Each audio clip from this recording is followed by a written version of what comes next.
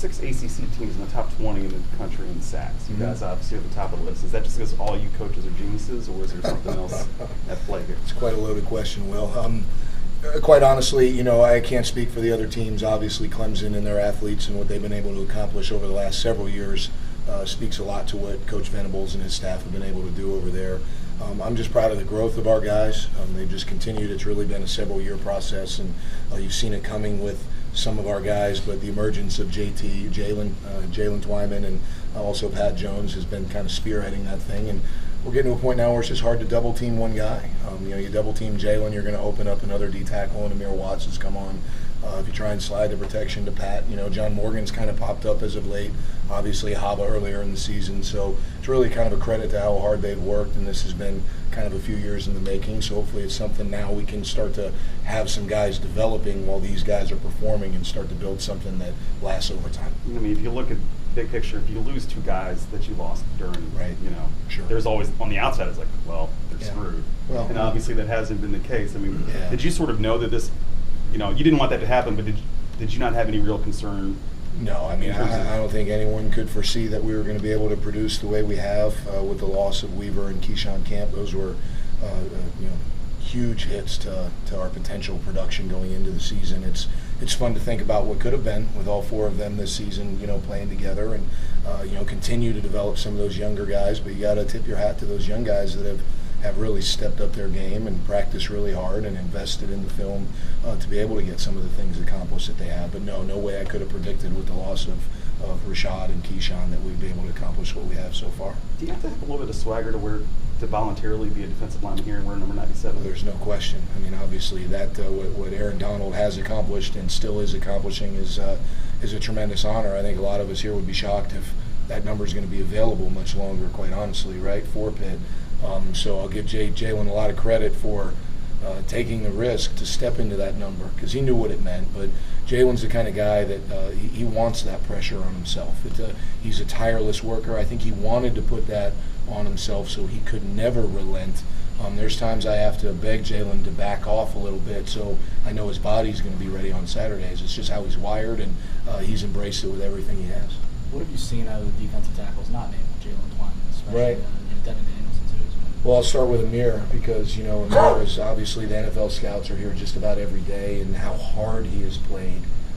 Not that he hasn't played hard in the past, but it's another gear right now. I mean, the way he's running to the ball all over the field has attracted the attention of the next level and also his concentration. He's growing up. I mean, obviously we're here to win games. We're in the business of winning games, so you guys write positive articles, but most of us coaches get into it to see someone grow up and be able to step into life a better man. And I couldn't be prouder of how far Amir has come as a man, and now to see that transitioning onto the field, it's one of my more rewarding moments as a coach to see where he's come. So hopefully he stays on that track. Devin has been extremely solid. I'll tell you a guy that's really turned a corner the last 2 weeks is Tyler Bentley. And he played a nice game down in Atlanta against Georgia Tech. It's one of those things that sometimes you guys can't necessarily see, and I understand because you don't see the stat line. But there's some fundamental things that Tyler did that made everybody in the room cheer on a simple, I think he made a tackle for a 2-yard gain, but there was a lot more substance to what he did to make that play happen. So Tyler Bentley is a guy that's really coming on. I'm excited about him as well.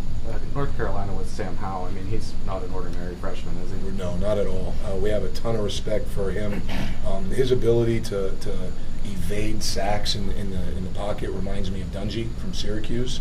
I don't know if he runs in the open field quite like Dungy does yet. He had another gear, I think, but he evades the pass rush as good as anyone we're going to see all year. He's got great touch on the ball. He's clearly intelligent. He's going to take what the defense gives him. No way, shape, or form does he look like he's a true freshman out there. And that's from the beginning of the year because we're going pretty far back in terms of what tapes we're looking at because we have some extra time. So he's been impressive since he took the job.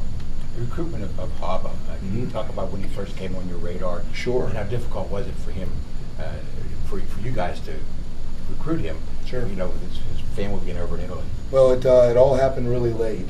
It was January. We had, when you get to the end of recruiting, you tend to have a couple of scholarships there that aren't committed to positions but are committed to, best athlete, and he's obviously a big athlete. So I was in New Jersey. I was with Tim Salem. We actually stopped, which doesn't happen very often. He let me go to the bathroom and get a cup of coffee, which with Salem doesn't happen. And someone I know down in Florida said, hey, there's some action happening with a kid in Tampa. So the film gets sent to me of his senior year, and I look at it on my phone, and I'm struck by it. And without saying anything, I said, Tim, do me a favor, look at this and tell me what you see. He saw the same thing that I did, a tremendous, raw athlete with size. So we made a call down. Coach Harley was in the area at the time, and within 45 minutes, Coach Harley was there. And some offers were coming in on Haba. And once we found out about character and did a little bit of a deep dive over a few days, we made the offer as well. Then, the next part of that fast courting, piece of recruiting is to get him here. We're communicating with Mom by phone. We know some of the coaches there. There's a lot of international students at this school in Clearwater. So you navigate it through there. We were able, by NCAA rules, to bring someone up that was on the coaching staff acting in sense as a parent for him while he was overseas from home. So we bring them up, and long story boring, there was an immediate fit. We got him with some of our international organizations on campus. He met a professor. I'll never forget this. We walked him into one of the buildings on campus, and a woman who runs the Italian club, I think is what it's called. I might be misquoting that, but he walked in the room and she started to speak Italian to him, and to see him light up was pretty cool, because he was still in that mode. He still does it a little bit now where he's thinking in Italian and translating and speaking, and to see that go away and see him light up was pretty fun, and he felt very comfortable here. I think some of the architecture and things like that reminded him of home, and I think he felt like we could develop him as well. He's an impressive young man. Good story. What about how he's developed as a football player, at this level?